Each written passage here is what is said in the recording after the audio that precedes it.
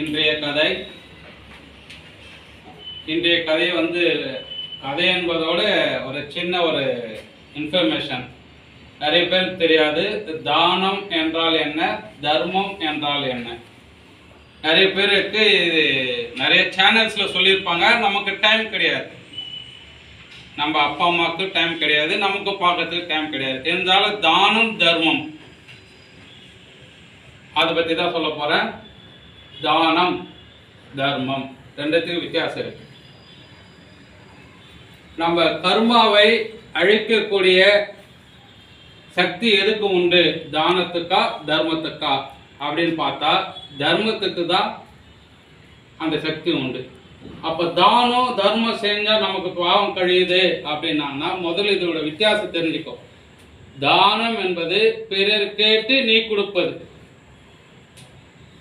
பிறர் கேட்டு நீ கொடுப்பது. இப்போ நம்ம கோயிலுக்கு போகிறோம், இல்லை பஸ் ஸ்டாண்டுக்கு போகிறோம், எங்கள் ஊருக்கு போகிறோன்னா ஒருத்தங்க அப்பா எனக்கு பசிக்குது அப்படின்னா நீ அது சாப்பாடு வாங்கி கொடுத்தா அது தானம், அது தானம்.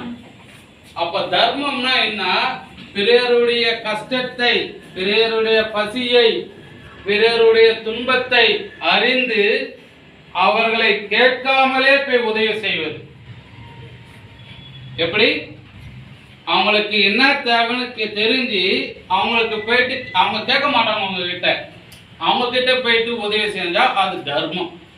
இந்த தர்ம கணக்கு தான் உன்னோட புண்ணியத்தில் சேர்த்துக்கப்படும், தான கணக்கு சேர்க்கப்படாது.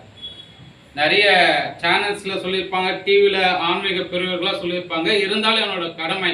நிறைய பேர் என்ன பண்ணுறாங்க, ஒரு யாருன்னா ஒரு டீயோ ஒரு சாப்பாடு வாங்கி கொடுத்துட்டா நான் தானம் பண்ணிட்டேன் தர்மம் பண்ணிட்டேன் அப்படின்னு நினச்சிக்கிறாங்க.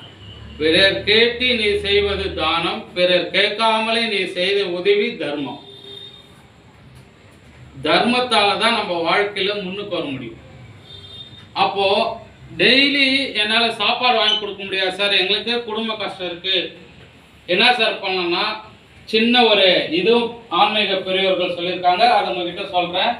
டெய்லி நம்ம சாப்பிட்ற சாப்பாடு இட்லியோ தோசையோ பழைய சோறோ ஒரு பிடி சாதத்தை காகத்துக்கு காக்கா. ரெண்டாவது, ஒரு நாள் முடிந்தால் டெய்லி பசுமாடுக்கு ஒரு பிடி சாதம் இல்ல அவுத்திக்கீரை. முடியலையா அமாவாசை பௌர்ணமி இல்ல வாரத்துக்கு ஒரு நாள் ஏதாவது ஒரு நாள்ல பசுமாடுக்கு அகத்திக்கீரை வாங்கி கொடு. மூணாவது, பைரவர் என்ற படம் தெருநாய்க்கள், நாய் என்றாவே பைரவர். முடிஞ்ச அளவுக்கு அவங்களுக்கு சாப்பாடு சார், என்னால் முடியலன்னா ஒரு டீ குடிச்சிட்டு அங்கங்கே இருப்பாங்க இல்லையா, காஃபி அதை கொஞ்சம் எடுத்துட்டு ஊற்று, இல்லை ஒரு கிளாஸில் அரை கிளாஸில் பால், அது மாதிரி நாய். ரொம்ப முக்கியமானது, எறும்புக்கு ஒரு சிட்டிக்கை சர்க்கரை, சிட்டிக்கைனா இருக்கு, அதை எடுத்துன்னு போய் ஏதாவது ஒரு வீட்டு வாசப்படியாண்ட மூலையில போய் உங்களால் டெய்லி மனிதருக்கு சோறு போட முடியலனாலும் இந்த ஜீவராசிகளுக்கெல்லாம் நீங்கள் உணவு அளித்தால் இதுவே தர்ம பலனை கொடுக்கும். புரியுதா சார்? நாலுத்துக்கு செய்யணும்னா நாலுத்துக்கு சேர்ந்தா சிறப்பு. உங்களால் நாலுத்துக்கு செய்ய முடியல அப்படின்னா ஏதாவது ஒன்று இந்த வயசுல செய்யும். இப்போ உங்களுக்கு புரிஞ்சிருக்கோ தானம் என்றால் என்ன, தர்மம் என்றால் என்ன. இப்போ நம்ம எல்லாம் என்ன செய்யணும், தானமும் செய்யணும் தர்மமும் செய்யணும். எது சிறந்தது? தர்மம் சிறந்தது. இன்னைக்கு சொல்ல வேண்டிய இன்ஃபர்மேஷன்.